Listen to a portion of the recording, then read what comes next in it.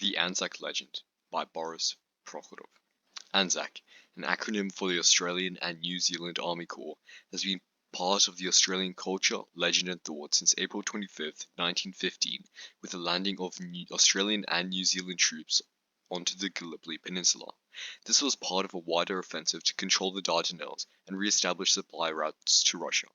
Although ultimately a failure, with mounting losses and a profound stagnation, the Anzac spirit was able to capture the hearts of many back home, growing to mean more than an army unit. The endurance these men showed on the front helped forge the Anzac legend. Australian historian Charles Bean expresses Anzacs as standing for reckless valour in good cause, for enterprise, resourcefulness, fidelity, comradeship, and endurance that will never own defeat. Both Australia and New Zealand were relatively young nations in World War I, with strong ties to Britain, from which many drew their heritage and maintained strong political and cultural ties to the supposed mother country.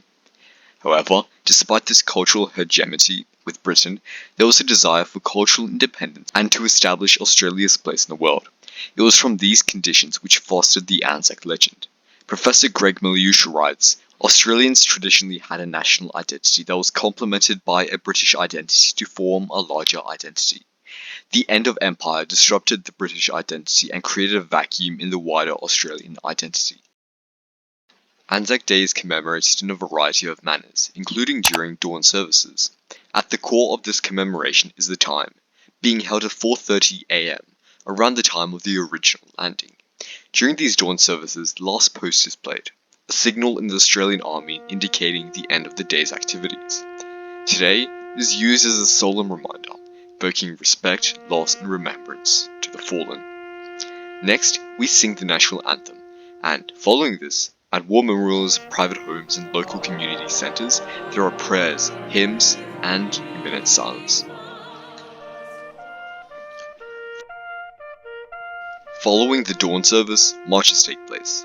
These parades usually take place in major cities and towns, including the major Sydney CBD March, where 11,000 participants, including veterans and current servicemen and women of the Australian Defence Force, file past the Anzac Memorial to pay their respects. While Anzac Day originated as a tribute to those who served in Gallipoli, it has evolved into a broader commemoration of Australians and New Zealanders who have served in wars, conflicts, and peacekeeping operations. Commemorating Anzac Day forges national identity through the Anzac legend, where we remember and pay respect to those who have fallen in service of Australia and New Zealand. We commemorate Anzac Day to remember the sacrifices, courage, and enduring spirit of Australian and New Zealand servicemen, not only through World War I, but throughout history, reflecting on the day's aura of reflection and remembrance. Not only does the Anzac legend encapsulate a set of values, such as mateship, courage, endurance, and valor, but the ritual observance of the Anzac Day fosters national unity by embedding itself in Australian culture, creating a potent myth of the heroic image of the nation, sense of belonging, and connection to the past. Despite this, there are a variety of perspectives on the Anzac legend, both positive and negative. On one hand, proponents of the Anzac legend argue that it fosters national unity, instills values such as courage, ingenuity, camaraderie, and drives Australian nationalism. In response to Ashmid Bartlett's newspaper article, Australians at Dardanelles, Thrilling Deeds of Heroism, commonly credited for kindling the Anzac legend, a woman described her feeling upon reading Ashmed Bartlett's article as pride, exultation, and the sentiment of, thank God I am Australian, highlighting how the Anzac legend fostered nationalism and patriotism. However, there is staunch opposition and a variety of criticisms to the Anzac legend. In a speech in 2008, former Australian Prime Minister Paul Keating said, dragged into service by the imperial government in an ill-conceived and poorly executed campaign, we were to cut ribbons and dispatched, and none of it was in defence of Australia. An utter and complete nonsense.